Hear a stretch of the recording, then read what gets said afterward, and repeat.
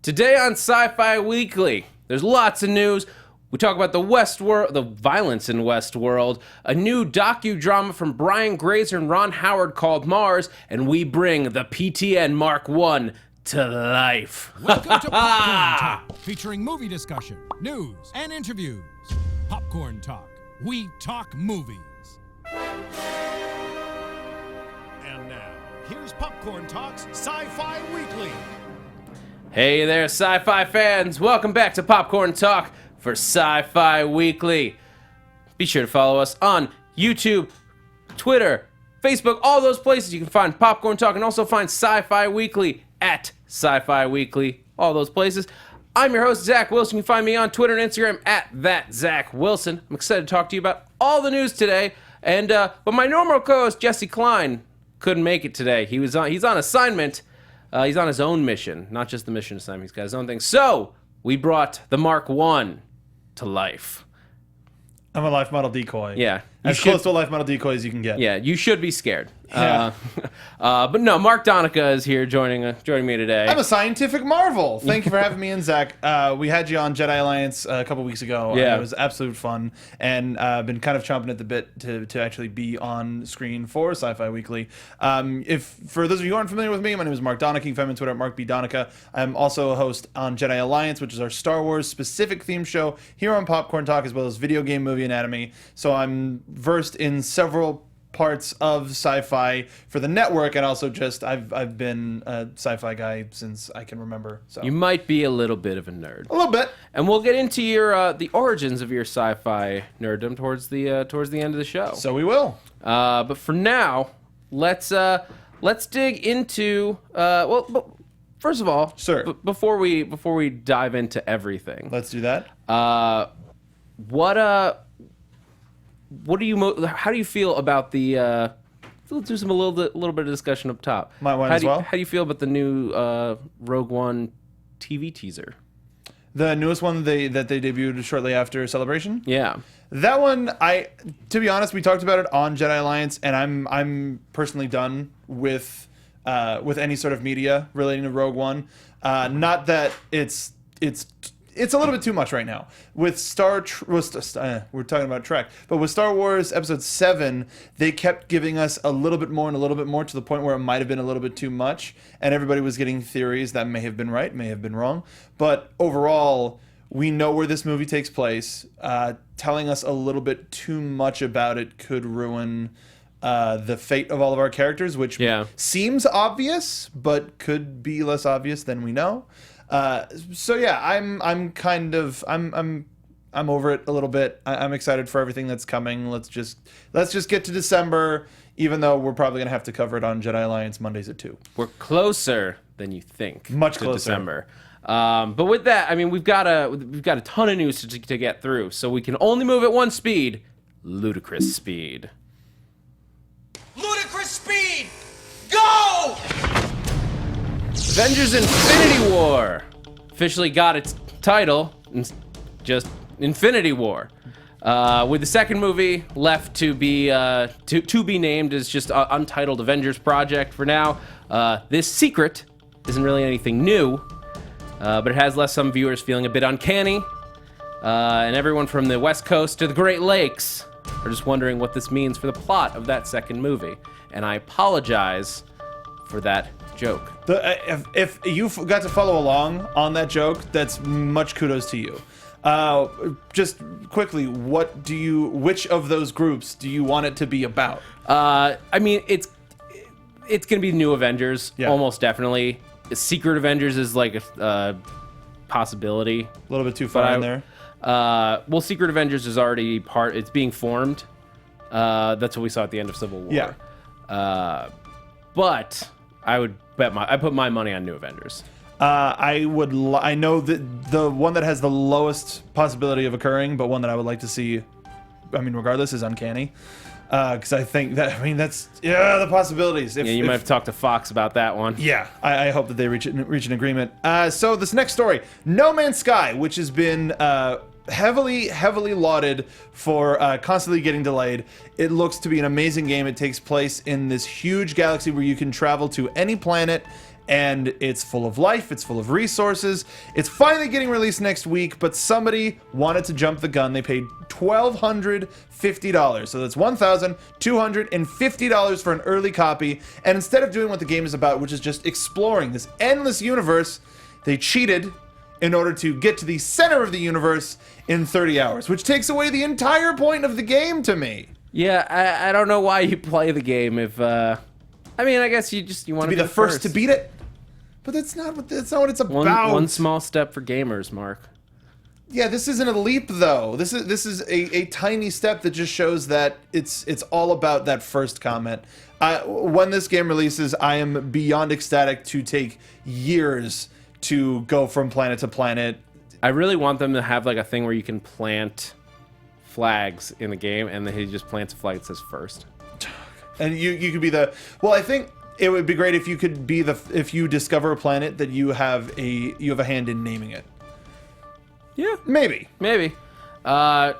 Speaking of names, Jenna Coleman.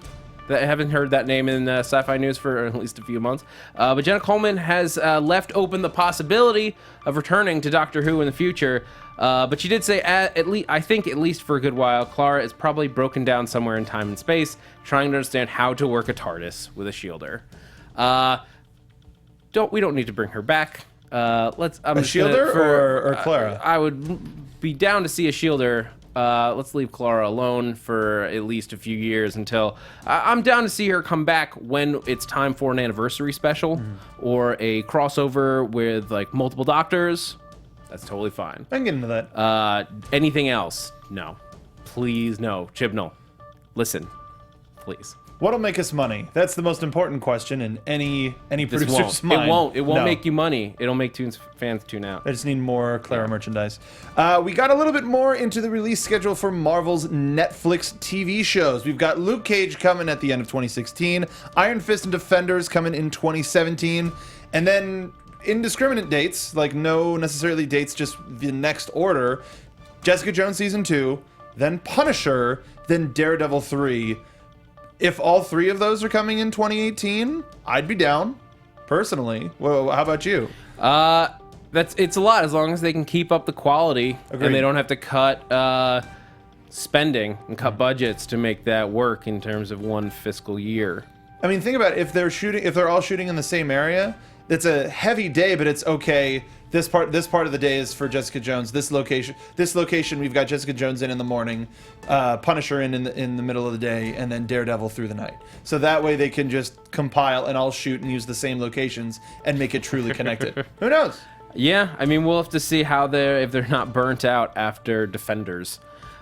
Disney is developing a sequel to The Rocketeer, of all movies.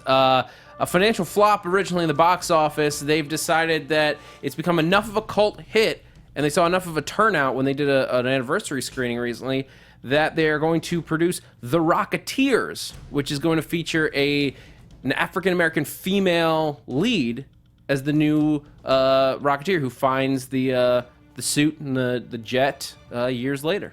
And any time frame, or is it modern, or is it just going to be? You know, I saw one site saying it was 6 years later. Okay, but that would only put it at like 1950, and that just doesn't. Cold War, like. Yeah, it doesn't add up to me. I would think maybe they meant 60.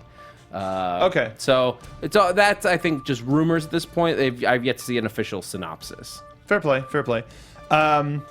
We're on Gareth Edwards. Rogue One has been heavily rumored, that they're gonna shoehorn Han Solo in one way or another just to make sure that Alden Ehrenreich gets his first appearance in there. But Gareth Edwards has come out and said Han Solo will not be appearing in Rogue One. So put all your fanboy dreams to rest. This is going to be its own story in its own world, and just sit back and enjoy it.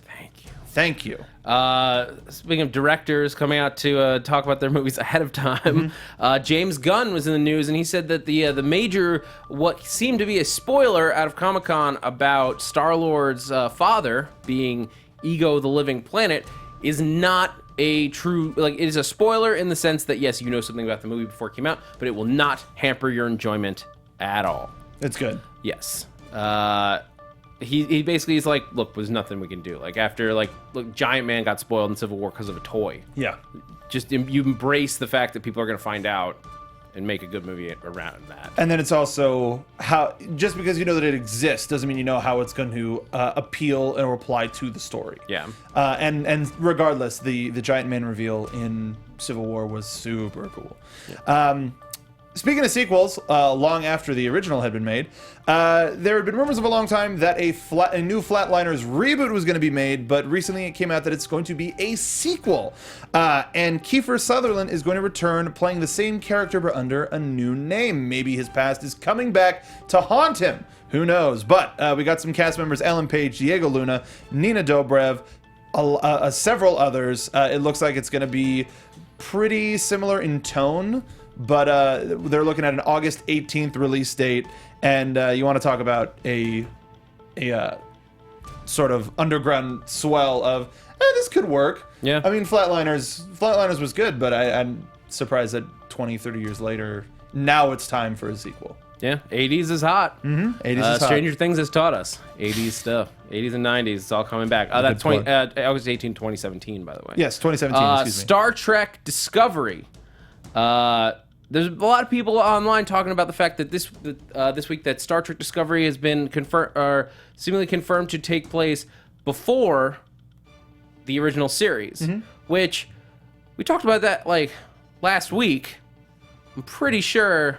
I think it was. We've already established this, but Brian Fuller basically he didn't even confirm it. So basically the news is he said there's a big clue in the number of that ship that indicates when we're set. Yeah. The number is on the ship is NCC or Naval Construction Contract 1031, as you can see on the ship. The Discovery.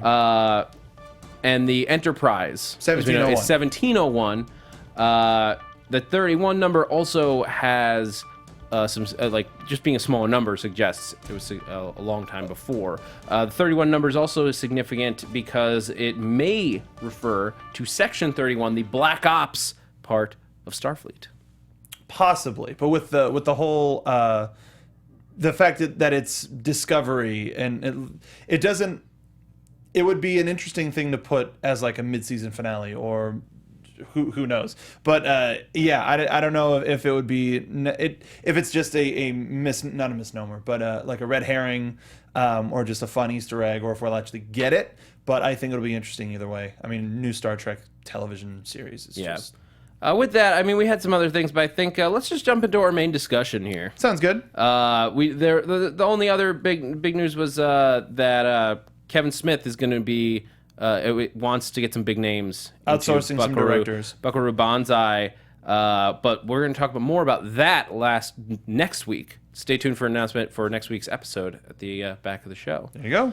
But let's talk about Westworld. Let's do it. Because I thought this was a very interesting thing that came out because it's HBO. HBO being the Game of Thrones network, they've come under a lot of flack for violence. Not necessarily people being like, oh, it's too violent, but violence against women has been a big topic. People even claiming, at least saying they're going to boycott Game of Thrones because of some of it. And the programming president, Casey Bloys, wanted to get out ahead of this concern because there were people concerned that that's what because the trailers have a lot of the nude female robot or android, that this was gonna be the same thing all over again. But they want to be clear, and what they said is, I can tell you that the violence, it's not just specific to women; it's indiscriminate. Plenty of men are killed as well. Yeah. Which is sort of like a weird statement to have to make, but it's basically saying like there is violence towards everyone. Yeah. Do you think that is? Do you think there's anything to people trying to wanting less violence towards women? Oh, sure, 100%. I'm also if anybody who's watching now has seen me on Video Game Movie Anatomy, I'm also about what the world creates. If the world creates this idea where the creators of these different androids commit violence as some sort of a way because like, oh, they're just androids, they don't feel anything, then that, if it's something related to the story and the world that they build and it makes sense, then it's something that's a little bit less off-putting because you're supposed to be sucked into that story. But the fact also that the statement comes out that it's both men and women, it's like, well, yeah, it should be indiscriminate. Yeah. If it makes sense in the story, then I think that everybody is just trying to get ahead of how it looks like, and they're not even probably even going to watch the show, because there's so many people who get outraged over content who don't even watch the show just so they can be outraged about something.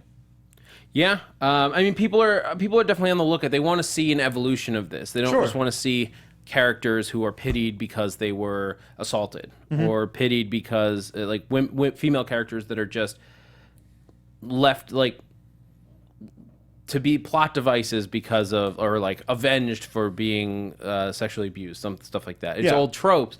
It's a new form of the damsel in distress. Yeah, but I think in this case, as showrunner Lisa Joy came out and she talked about it as well. Go ahead. She said, when we're, as she put it, when we are tackling a project about a park with a premise where you can do whatever you want, whatever you desire, without impunity or consequence, it seemed like the issue had to be addressed. Sure. And I think that that's fair. Like, you're talking about people that want to live in the Wild West.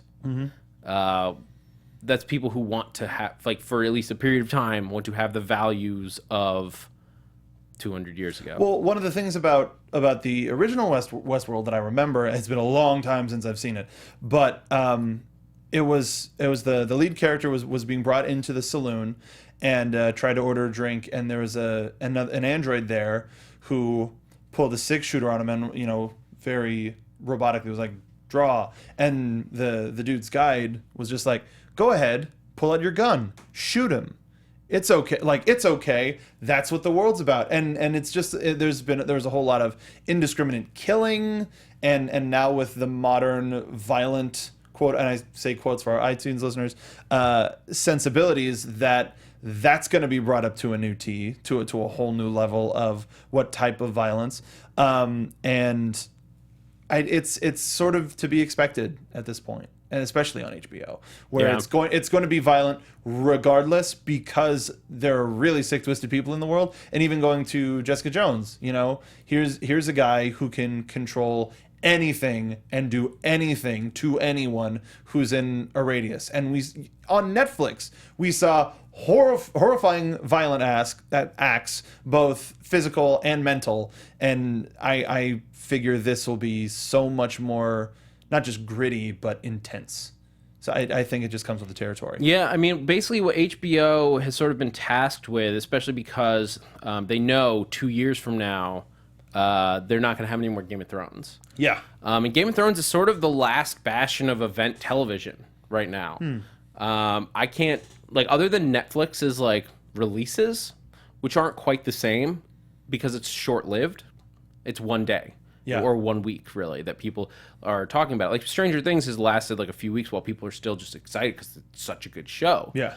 But Netflix does, because they do episode dumps, you don't have that same feeling of everyone in the, like, that is watching this same episode of television right now. Yeah. At this one day.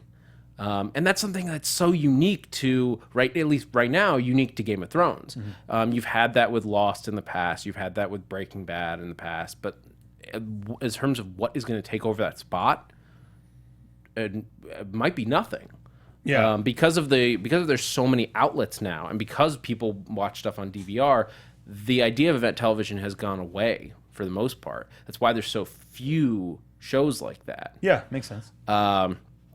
HBO's trying to get the next one going. And I think Westworld is one of their big choices, one of their big, like, this could be the next one. And so they need it to be something that hits that same audience of Game of Thrones. So putting it into this fantasy sci-fi world and but while still hitting those same humanity is terrible beats. Yeah. And that's the thing, is that as Lisa Joy puts it later in that quote, Westworld is an examination of human nature, the best parts of human nature, paternal love, romantic love, finding oneself, and also the basest parts of human nature, violence and sexual violence. Sexual is violence. part of that. And I find it interesting how I don't. This might be a spoiler for people who aren't familiar with the property, but Westworld isn't the only area.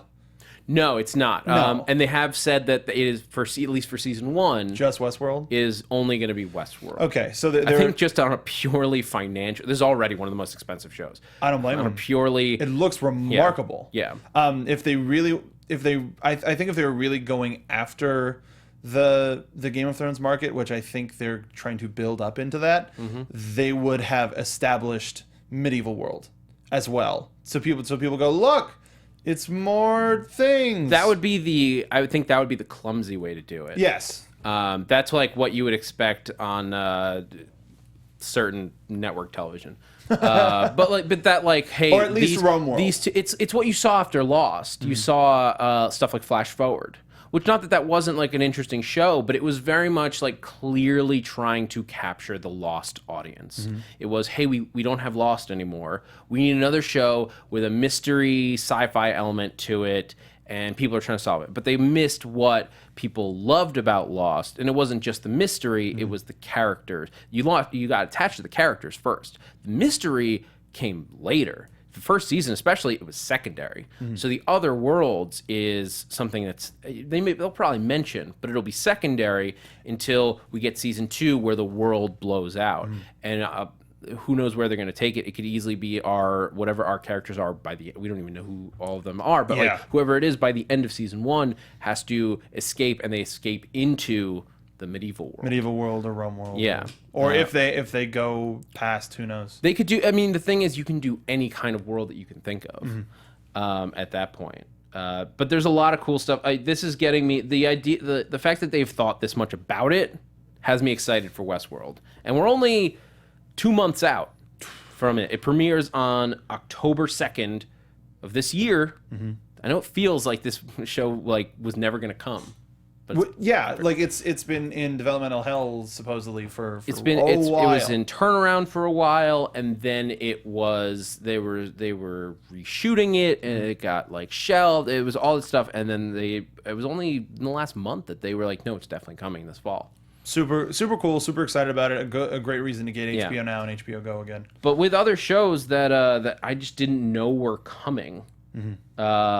I want to talk about this new show coming out called Mars. Thank you. Please. I had no idea that this was happening, but it's Brian Grazer and Ron Howard, who are phenomenal, and presenting it on National Geographic, no less. Yeah. So this is an amazing concept. It's a written docu-series from the future about how we colonized Mars. They're basically they're combining a documentary style with a drama about the first mission to Mars. So I don't know how exactly they're going to play it. If it's going to be like half hour to this, or if it's going to be truly intertangled. Yeah. Or if it's I don't know if it's something closer to District 9, which was the only other example I can think of, and that wasn't a real the first side wasn't a real documentary. Yeah. But the only thing that I saw blend those two super well. Because if you remember District 9, what it did is it started off as a documentary, and then it started interspersing these things that were more traditional single camera drama stuff around the main character. And by the end, it was almost entirely just in that drama world, and then little pieces cut in here and there. But I love that they're going to do this. I trust these two producers to get it done. But I think also utilizing the real people as well, utilizing real scientists, real great minds that we have now. I want to take a quick look at least a piece of the trailer that they put out for it, which is really cool. Explorers of a new world. That was part of the first mission. Mission control. We're looking at a red planet. A new hope for humanity. It's because you can see that there's the drama, the cinematic part, and this a scripted drama from the future. What a tagline! You think they're almost treating it like it's this is a history movie. And with the not Terminator 2 music. But then here, creating a self-sustaining civilization. Elon Musk. If you're gonna get anybody, for a space It thing. would be so exciting to wake up in the morning and think that that's what's happening. With every discovery, But like you can like it. Right now, we're becoming a multiplanetary species. with every hardship. I'm worried. I don't know about this. Yeah, but they're not just gonna be showing what I originally thought it could have been was just like, oh well, they shot some cool footage like Cosmos, and they're gonna show us the What it would what it would be. look like while they're doing, but like no, they're gonna have us like fall in love with these characters. And we even get Neil deGrasse Tyson is going to be Yeah. lending his part to it as well. How could he not? I mean, if you made any documentary about space today and you didn't get Neil deGrasse Tyson, No credibility. you fail. No credibility If he whatsoever. doesn't sign off on it, why would anybody care? What's the point? And because that new Cosmos, man, was so good.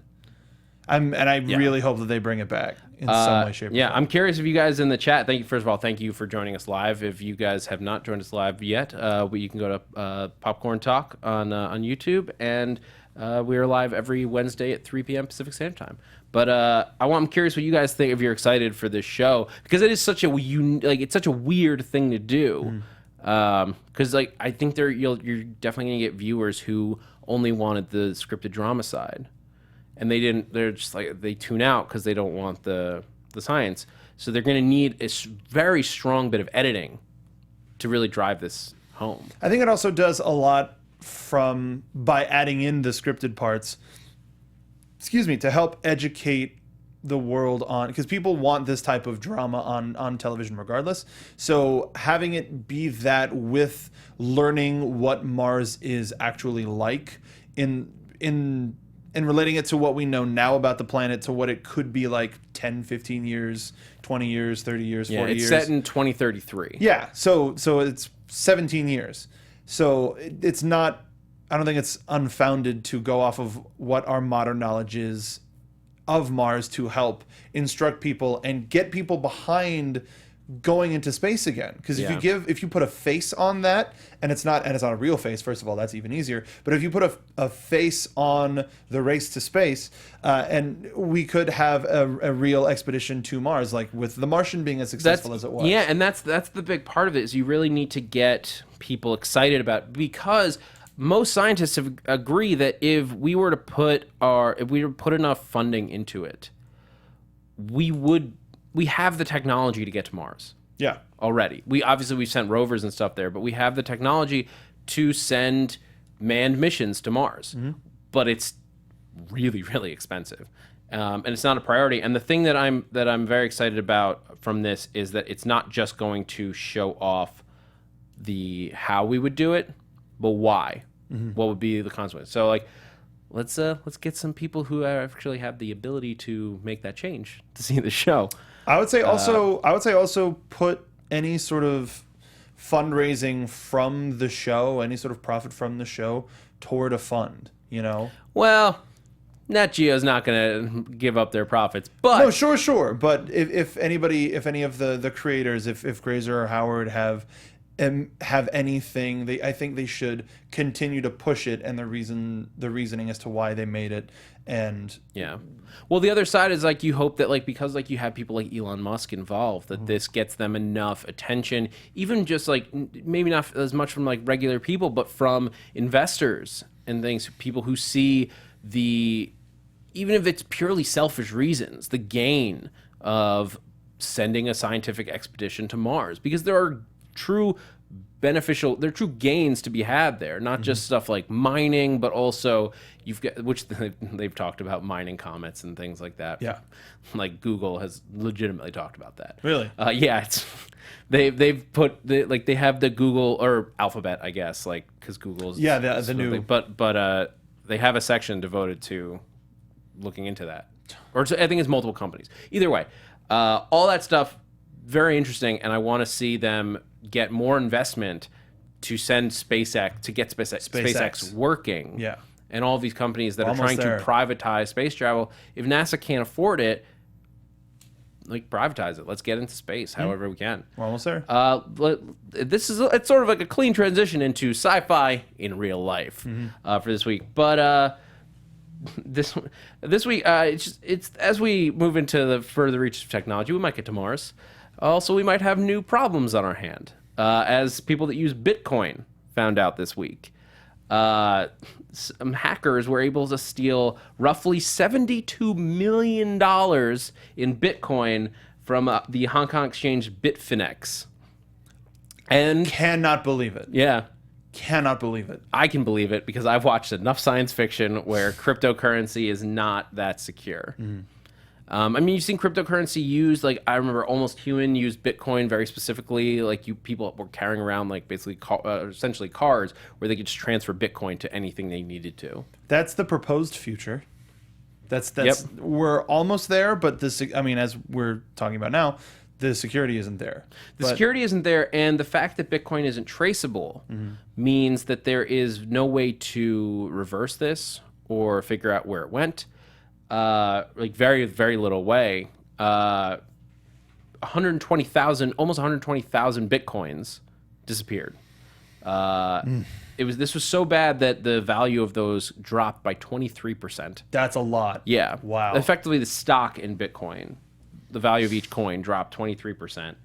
So my question to you, Mark, and then to our viewers, like, would you still use Bitcoin today? I think what this would do is I wouldn't use Bitcoin, but I think this would tell people who are trying to figure out the new way that we pay for things.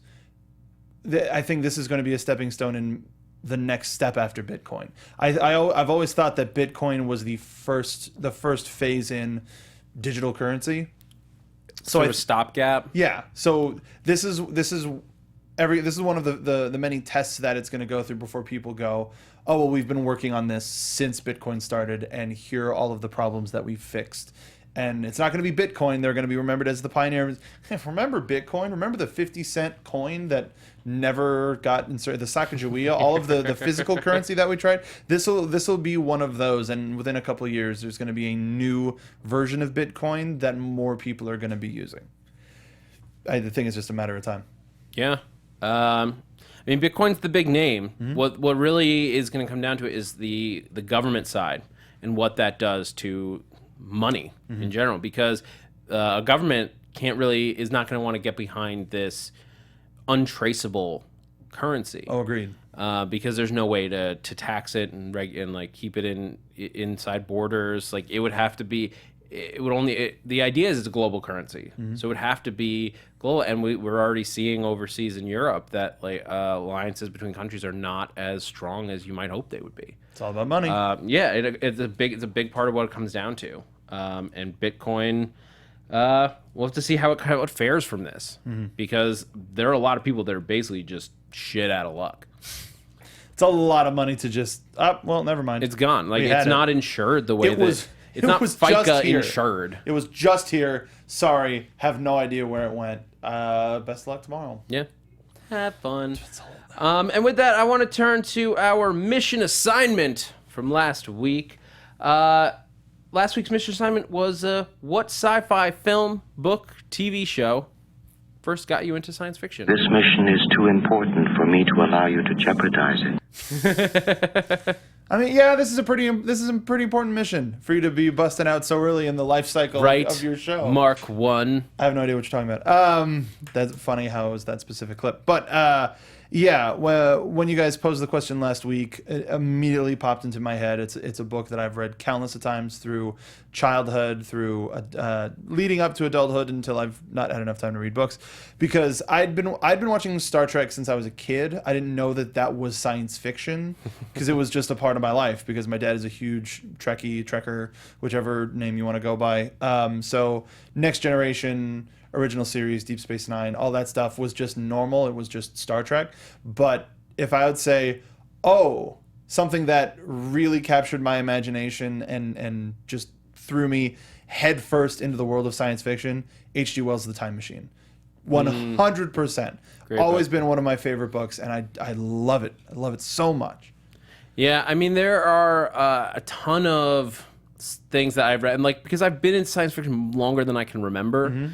Star Wars is actually the first thing that comes to mind because I can't remember a part of my life where I didn't have some kind of Star Wars thing in it. Sure, and I'd say the same thing. But the book, like in terms of what really made me into like I'm gonna be just a big sci-fi nerd. The book, after I like thought about it for a long time, there's like two sort of turning points, and they both were books.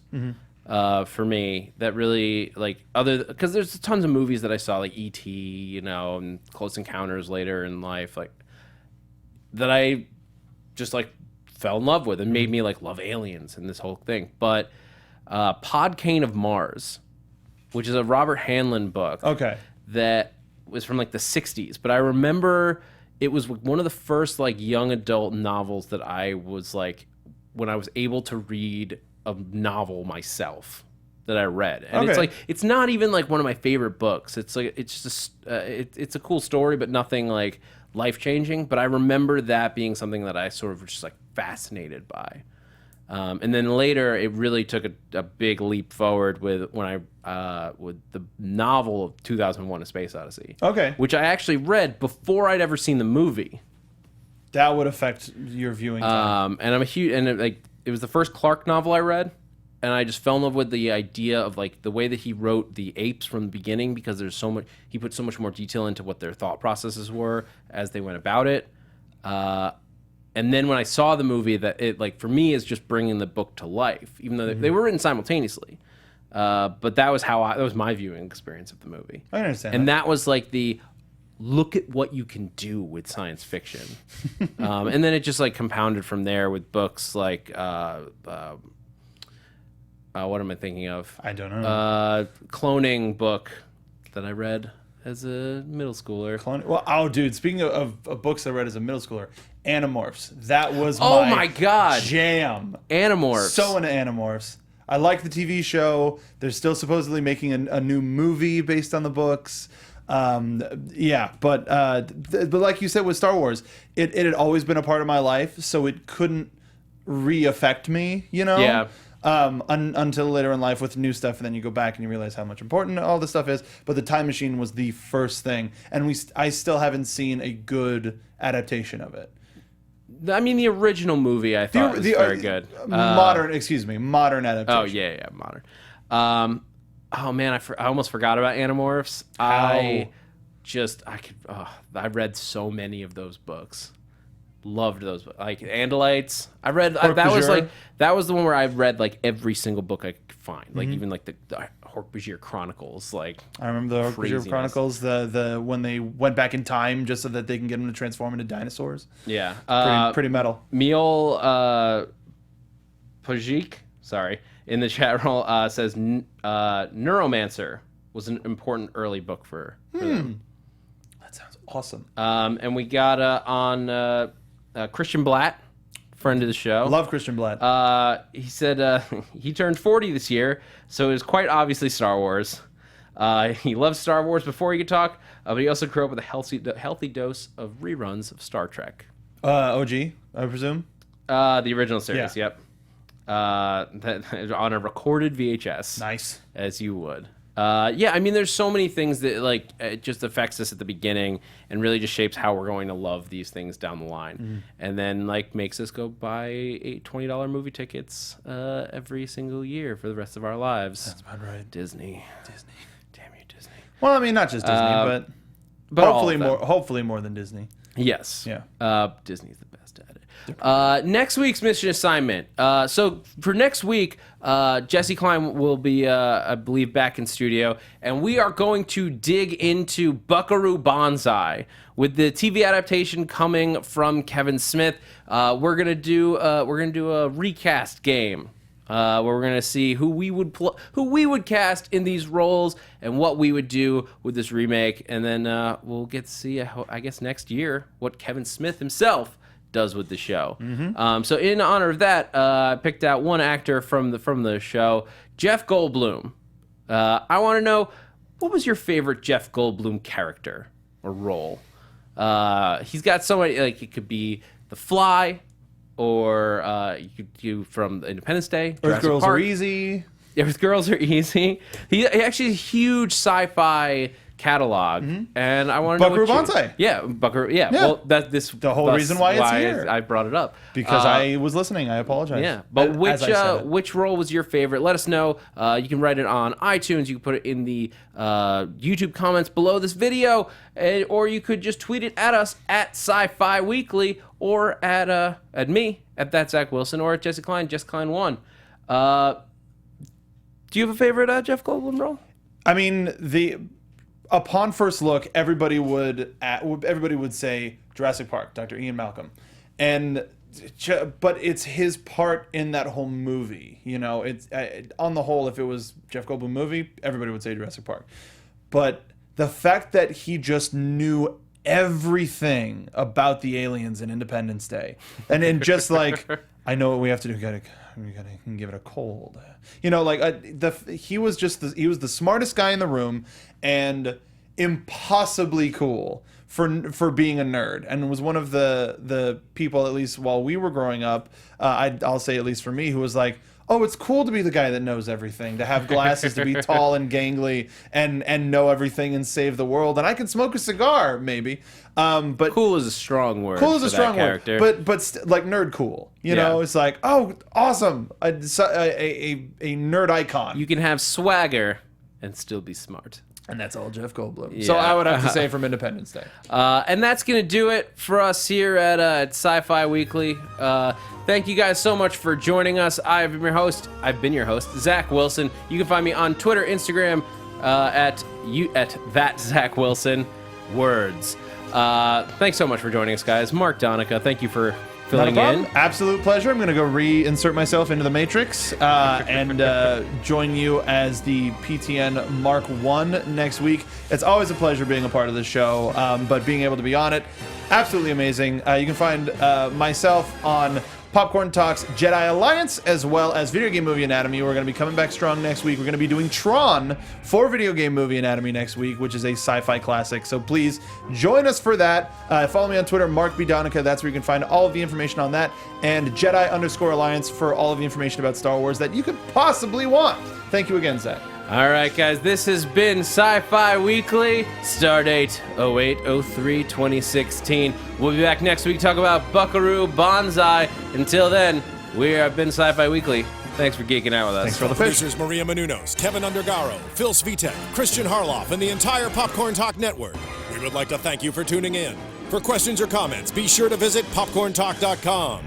I'm Sir Richard Wentworth, and this has been a presentation of the Popcorn Talk Network. The views expressed herein are those of the hosts only and do not necessarily reflect the views of the Popcorn Talk Network or its owners or principals.